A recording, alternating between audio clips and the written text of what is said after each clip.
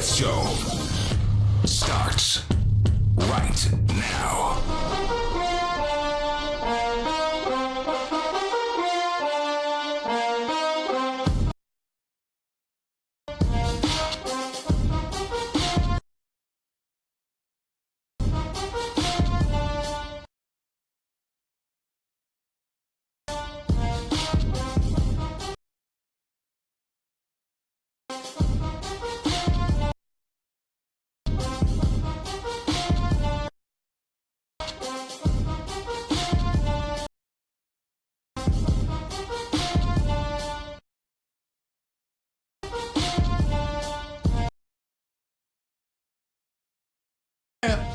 What's up, everybody?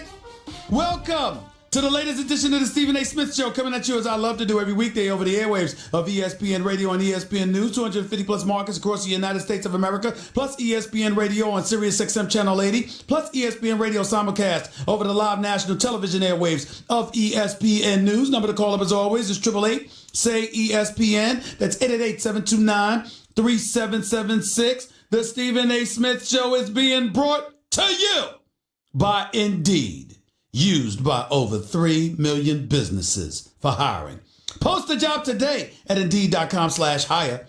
For those of you who didn't know why Stephen A. Smith's voice sounded like that, it's because that's how the great Howard Cosell used to sound to some degree. Y'all remember the Monday Night Football halftime highlights brought to you by Merrill Lynch, a breed apart. That's what Howard Cosell used to say. One of the people I idolized, obviously, when I was a kid, before I ever fantasized about being in this business, particularly on this level. Howard Cosell clearly was the standard. I miss him greatly, not just on the sport of boxing, ABC's Wide World of Sports on Saturdays, but also on Monday Night Football. I just wanted to make sure I state that. Nevertheless, I digress. Lots of stuff to get into today. Brian Windhorst, NBA analyst extraordinaire. He'll be on with us in approximately 28 minutes or so, halfway past the hour. Hour number one of the Stephen A. Smith Show on ESPN Radio and ESPN News. And of course, sometime in hour number two, we'll have the great boxing analyst extraordinaire himself, the one and only Teddy Atlas for ESPN. He'll be one of the individuals talking about and covering that Top Rank fight Saturday night, tomorrow night, live at Madison Square Garden, where Terrence Crawford defends his WBO welterweight championship against challenger Amir Khan. So we'll be talking to Teddy Atlas about that. Remember, I had Terrence Crawford and Amir Khan on a little bit earlier this week. I expect Terrence Crawford to win that fight by TKO in the 8th round. I just don't think Amir Khan has the chin to stay in this fight for all 12 rounds. I think that ultimately he will get caught. He will get caught by Crawford and he will fall, because I just don't think that he's got that chin that can take getting checked. I like him a lot. He's 33-4 in his career. He's got 4 losses, 3 by knockout. Got knocked out as a lightweight, got knocked out as a welterweight, got knocked out as a middleweight. He's going to go back down to the welterweight division. I think Crawford is going to touch him hard when it counts, and I think he's going to finish him off. The fight that I want to see more than anything is Errol Spence Jr. versus Terrence Crawford. I think it's a damn shame that promoters may get in the way of that fight. Al Heyman and Top Rank, 2 of the great promoters in the sport. Work it out. You're brilliant businessmen, Bob Arum, Todd DeBuff, Al Heyman, brilliant businessmen. Work together. Get it done. You did it with Floyd Money Mayweather and Pacquiao. You can do it with this. Find a way. Errol Spence Jr., Terrence Crawford, that's what I want to see. But obviously, Terrence Crawford has business to handle this Saturday night against Amir Khan. We shall see what happens. Let me get to the sport of basketball. Because as he told us, you know who I am. Y'all know who I am. I'm talking about Kevin Durant.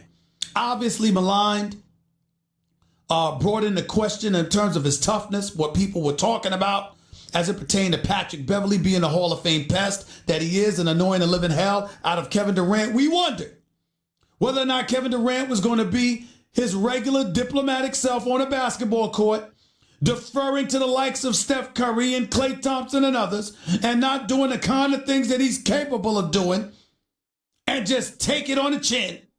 Or whether or not he was going to respond and remind the world why he's universally recognized as one of the top 2 talents in the entire basketball planet. We wondered about Kevin Durant. And Kevin Durant could have went Roy Jones and said, y'all must have forgot. But instead he said, you know who I am. Y'all know who I am. And then he stepped on the court last night and in 29 minutes scored 38 points. Finished 14 of 23 shoots from the field, 3 of 10 from three-point range, hit 7 of his 8 free throws. And he was absolutely, positively unstoppable. It's no other way around this. Kevin Durant was something absolutely sensational last night. His first 3 shots. Had a couple of blocks in the first quarter. I mean, when you look at what this brother, it only says he 1 block. I saw 2, but that's neither here nor there. Had 7 assists. Played with his back to basket, played facing the basket, scored on the break. He did it all. Bobbled the ball in one instance and did a fall-away jump shot that was simply unguardable. Hit a 3. That was unguardable. The man is 7 feet tall, 6'11" and 7 feet tall. 7'6" wingspan. 3-point shot, mid-range game. Hits free throws, can put the ball on the floor, can get to the basket, can finish on a break. This is one of the greatest offensive players we've ever seen. And even though Kevin Durant didn't want to, and he'll be damned if he's going to ever let anybody tell him what the hell to do or what he should do at this stage and point in his career, it was nice to be reminded that Kevin Durant felt compelled to put everybody on notice. Y'all know who I am. Y'all know who I am. He's Kevin Durant. He's Kevin Durant. And I'm here to tell you something right now. It was something that's beautiful to see. Because let me tell y'all something, ladies and gentlemen. There are very, very few people that you will find in this world outside of family and friends of his that love Patrick Beverley more than me. That's like a little brother to me. I love that brother. He's a pit bull. He goes after it. You want him on your team all day, every day. You'd rather be on a teammate of his than an opponent of his. He is a Hall of Fame pest. He is a rough rider from the west side of Chicago. That brother does bring it. Make no mistake about it. Make no mistake about it. But I will tell you this. He had no business appearing to have the effect on Kevin Durant that he had. Both of them getting ejected, albeit with Golden State up 20 in game 1. And Kevin Durant being drawn to 2 offensive fouls inside of 47 seconds in game 2. That's before fouling out. That's unacceptable. A 31-point lead vanished, and the Clippers came back and won at the Oracle. Listen, ladies and gentlemen, let's be very, very clear. You can't have that happening. And you can't have Kevin Durant being rattled in any way by the likes of Patrick Beverley. But Kevin Durant felt the need to explain what was going on. And do we have that sound, John? Because I want everybody to hear Kevin Durant talking about, you know who I am. Y'all know who I am. I want that sound again. I want it again. Because I want everybody to be reminded of the kind of attitude that Kevin Durant walked into last night's game 3 at the Staples Center in Los Angeles possessing. It's very, very important that everybody gets that. It's very important that everybody understands it and put it in its proper context. Do we have that sound, Cat? Because that's what we need to understand. Kevin Durant took the liberty. And see, this is one of the things that bother me. When guys get maligned, A, for telling the truth, and 2, for being expansive with it. Nobody takes the time to recognize the fact that Kevin Durant did not owe us an explanation. He didn't owe us an explanation, but he gave it to us anyway as it pertained to Patrick Beverley giving him trouble in games 1 and 2 prior to game 3. Listen to what he had to say then. We've been playing this way for a while, and when we got to this series, game 1, we had some nice momentum. They're playing a gimmick defense, which has been working, top blocking everything on the perimeter, so guys not even looking at the three-point line, they're just forcing guys inside the three-point line. So for us, when I get the ball in my spots, I got a pest, Patrick Beverley, who was up underneath me. Well, I could definitely shoot over top and score every time if it's a one-on-one situation. But we got a guy that's dropping and helping, and then we got another guy that's just sitting on me, waiting for me to dribble the basketball. If I put the basketball on the floor, I can probably make 43% of my shots if I shoot them like that. but that's not really going to do nothing for us with the outcome of the game, you know, because we got a nice flow. Everybody touching the rock, everybody shooting and scoring. So I'm not going to get in the way of the game because, you know, I want to have a little back and forth with Patrick Beverly. I'm Kevin Durant. You know who I am. Y'all know who I am. Did you hear that? A back and forth with Patrick Beverly because I'm Kevin Durant. You know who I am. Y'all know who I am. That's just beautiful. That's just beautiful. That's what it's all about right there. Because he was putting the world on notice. Do you realize who the hell I am? And ladies and gentlemen, let me remind y'all. A career 27-point per game scorer. That's who the hell Kevin Durant is. We must have forgot. Let's just put it in its proper perspective. We must have forgot. A career 27-point per game scorer. A career 49% shooter. A career 38% shooter from three-point range. A career 88.3% shooter from the free throw line. One of the greatest, one of the most efficient offensive forces the game of basketball has ever seen. And we were talking about him being rattled by Patrick Beverly. And he said, I'm not going to get into a one-on-one with Patrick Beverly because I'm Kevin Durant. Y'all know who I am. You know who I am. Now, the thing about it is this. I remember when I would call Kevin Durant out and go off about him going to the Golden State Warriors. And I'm going to tell you when I laid off that position. A was when I saw everybody coming at it and acting like I'm saying the brother couldn't play. No, I was saying because he's so great, he had no business going to Golden State. I wasn't trying to imply that he wasn't. And when people try to misconstrue and change up that narrative, I didn't want to be a part of it because that was false. But the other thing was when he went against LeBron in that finals. And he pulled up for a jumper in game 1 of that NBA Finals against the Cleveland Cavaliers a couple of years back. And then spread his wings and was like, let's go. And was guarding LeBron himself. That's when I said, oh, okay.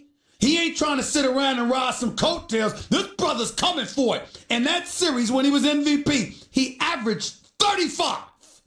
LeBron averaged a triple-double, but he averaged 35 and 8 in the finals. Then last year, when he was going up against Cleveland again, and Klay Thompson and Steph Curry was struggling in Cleveland in game 3, Kevin Durant was like, really? Really, that's what we doing, y'all? That's what we doing? Give me the ball. And dropped 43. 43. That's what I'm talking about right there. And when I see something like that, I say, all right, I ain't got nothing to say. So it was nice for Kevin Durant to remind us all that he's Kevin Durant. You know who I am. Y'all know who I am. 888 say ESPN. It's 888-729-3776. One other thing I want to go to, and I want to transition to the Philadelphia 76ers and the Brooklyn Nets. First of all, I want to give props to the Philadelphia 76ers. Joel Embiid, they announced before the game, after him warming up, that his left knee was still sore. He couldn't play. Tobias Harris put forth a big-time performance.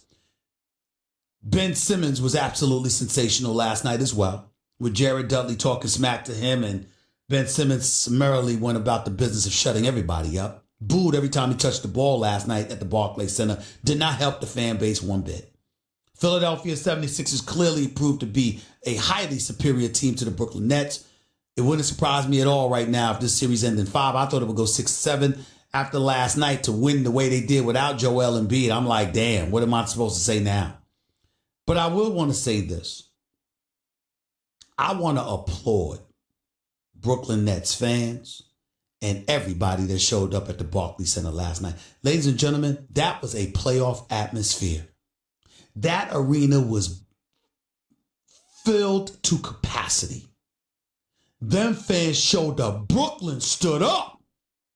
Brooklyn stood up. The Nets, however, did not. What a disappointing performance by the Brooklyn Nets. What a disappointing performance. I expected more from the Brooklyn Nets. I expected them to be better than what I saw. I really, really did. And I was incredibly disappointed by what I saw from that team. Dinwiddie had fight in him. D'Angelo Russell had fight in him. LeVert showed up for the first 3 quarters. I don't know what the hell everybody else was doing. It was incredibly disappointing what the Nets basketball team showed up and did last night. Because the Sixers just had their way with them. Tobias Harris, Jimmy Butler. My God, if Ben Simmons could get a jump shot, oh my Lord, Philadelphia might win the championship. If Ben Simmons had a jump shot, Philadelphia might win the championship. But he doesn't. Even though he's a big-time player, and I love him. I'm not trying to move him, but he needs a jump shot. Because the Sixers might not make it out of the second round again with Ben Simmons not being able to have a jump shot. He's 22 years of age. His upside is phenomenal. The ball handling skills, the passing skills. He can finish at the basket. He can finish on a break. And oh, by the way, he can defend and got a lot of heart. Ain't scared of nobody. Ben Simmons is a dog. And I mean that as a compliment. That's a rough rider right there. But you got to get a jump shot. Because I don't see how you're going to beat the better teams in the Eastern Conference without Ben Simmons having a jump shot. Boston, Toronto, and Milwaukee. Which means the Sixers go home in the next round. Unless Ben Simmons gets a jump shot. Even though I think the Sixers could beat Toronto. I really do think the Sixers could beat Toronto. But that's just me. 888-SAY-ESPN. That's 888-729-3776. One other note before I get to the calls. Before my man Brian Windhorst comes on the show. There was a story. And I'm not going to mention the reporter. I've known him for quite some time. And I'm not going to denigrate my colleagues or anything like that. But he wrote a story about the Sixers and how there was a meeting and Elton Brand reportedly was looking to trade Ben Simmons. And Sixers brass, Sixers management told him, hell no, Ben Simmons and Joel Embiid is untouchable. I spoke to the Philadelphia 76ers this morning. They emphatically deny that there's any truth whatsoever to that story. They never considered trading Ben Simmons. They're proud of the young squad they have. They want to keep Tobias Harris and Jimmy Butler in tow. Ben Simmons ain't going no damn place, and it's never been discussed. They made that very, very, very clear. And they even used the words that the story is completely bogus. So I just want to make sure I point that out. Now let's move on. 888-SAY-ESPN. That is the number to call. Let's go to the phones. Cal, you're live with Stephen A. Talk to me. Hello, Stephen A. First, I wanted to say peace and vibrations to you and all your listeners. All right, thank you. Secondly, I wanted to bring up the Kevin Durant situation. Go ahead. The thing about Kevin Durant is I think this man is still, for some reason, highly underrated for no reason.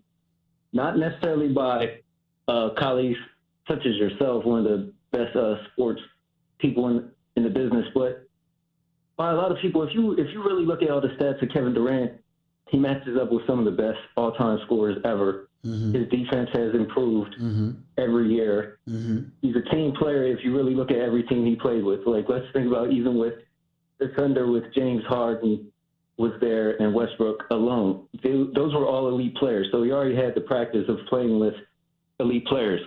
Numerous Olympic teams, so on. My general thing is a lot of people need to understand what it takes to actually play with those elite players, such as Stephen Curry, Klay Thompson. They have a team of all-stars. So he's not always going to get 27 shots a night. He doesn't necessarily need to take more than 15 without them getting a win. Listen, so I think what it is when it comes with the matchups, a lot of people, you'll see a Patrick Beverly, who is one of the league's, in my opinion, he's probably the best guarder. On guards, perimeter-wise. Yes, he is. He's just undersized. He's given up a 10-inch height advantage over Kevin Durant, but he's clearly one of the better point guard defenders in the game. No doubt about that.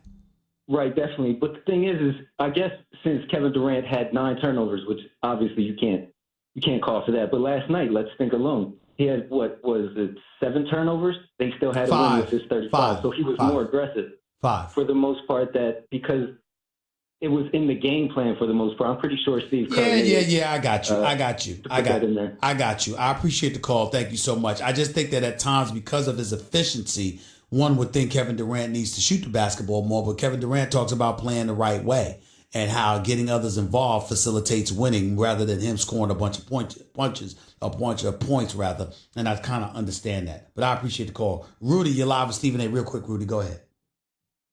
Yeah, I just wanted to give you my 2 cents regarding Ben Simmons last night. Okay. I mean, we're already talking about this guy just needing a jump shot to become LeBron 2.0. Yep. And, with Magic gone from the Lakers now, there's nothing stopping them from, meeting up with Ben Simmons this offseason, developing some sort of jump shot. And, I know he's lighting up the playoffs right now, but I'm really excited to see him next season. Ben Simmons? Ben Simmons. Well, you're making me very angry right now.